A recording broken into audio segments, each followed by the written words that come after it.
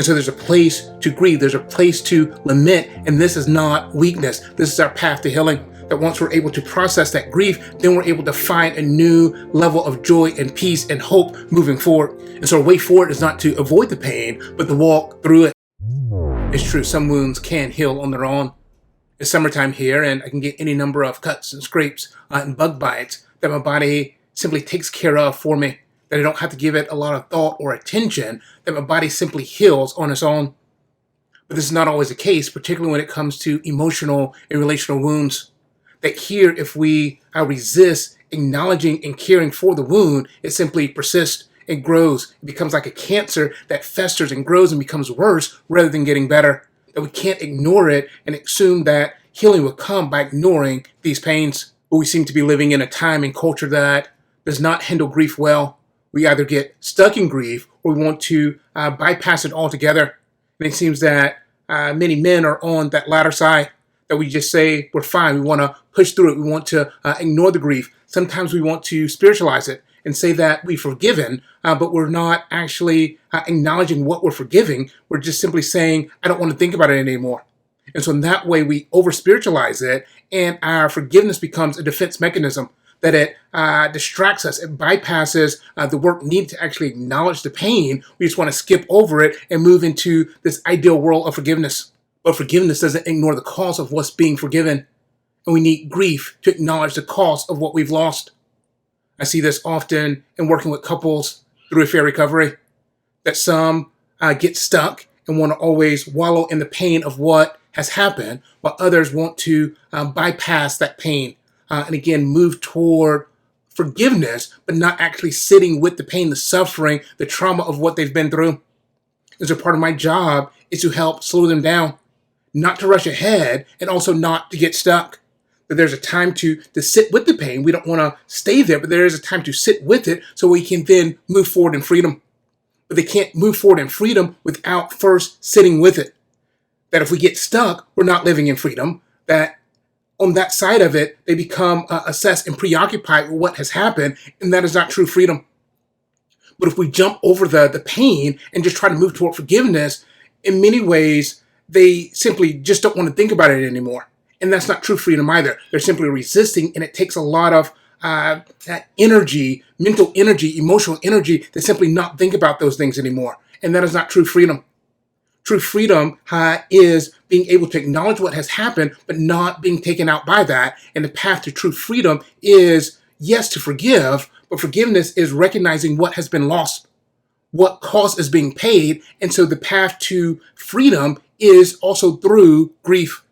We must acknowledge what we've lost. And so grief is like a type of confession. We're simply acknowledging what we've lost. Grief is that emotion that lets us know we've lost something important to us, something we hold dear, something that we cherish has been lost. And grief is simply that emotion that acknowledges that loss. And so we need to acknowledge what has been lost so that we can then forgive it. Here's a cost that has been paid. Now we can forgive. And now we can live in freedom. And so moving forward, whether that is dealing with affair, whether that is dealing with childhood wounds, that I've had many clients who have had different childhood wounds that they just don't want to think about it anymore. That because that happened in childhood, they don't want to see that as an excuse for their living today. And there's a part of that that's true, that yes, we don't need to use our past as an excuse for today, but that doesn't mean that the past doesn't matter. And we can't simply ignore the past and expect to live in freedom today. That part of living in freedom today is acknowledging what has happened in the past, not to get stuck there, but to at least acknowledge it. And so true freedom, again, is not getting stuck, but it's acknowledging that and then moving forward. That we're not free if we can't think about it, if we can't acknowledge what has happened, that this is a chapter in my story, but I don't have to get stuck in that chapter. But I can acknowledge it. I don't have to ignore the fact that that is a chapter in my story. Scripture does not shy away from grief. Throughout Scripture, we see many laments, whether that is Job or David or Jeremiah or even Jesus himself. My God, why have you forsaken me? And so there's a place to grieve. There's a place to lament. And this is not weakness. This is our path to healing. And so if you're struggling to live in freedom today, it might be that you're dealing with a heart of unforgiveness. But even beneath that heart of unforgiveness might be unacknowledged grief. That we need to acknowledge what has been lost, the pain of that, the suffering of that, to lament that so that we can then forgive and then live in freedom. In a previous video, I talked about trash day and being able to work things out, write things out, or talk things out. And that will hold here as well, that in order to process the grief, maybe we need to work it out in some physical expression, maybe through some sort of physical ritual that allows us to acknowledge what was lost and then let it go. Or maybe it is writing it out through journaling, where again, we can put those thoughts and feelings from the inside on the outside on paper and allow us to honor it all the same. Or talking it out with a trusted other, whether that is with a counselor or a friend or a mentor, but some trusted other that we're able to talk and process that grief as well.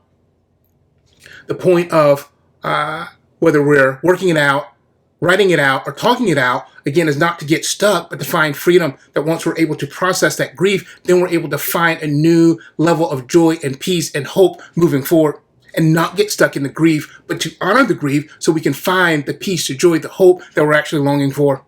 And so our way forward is not to avoid the pain, but to walk through it.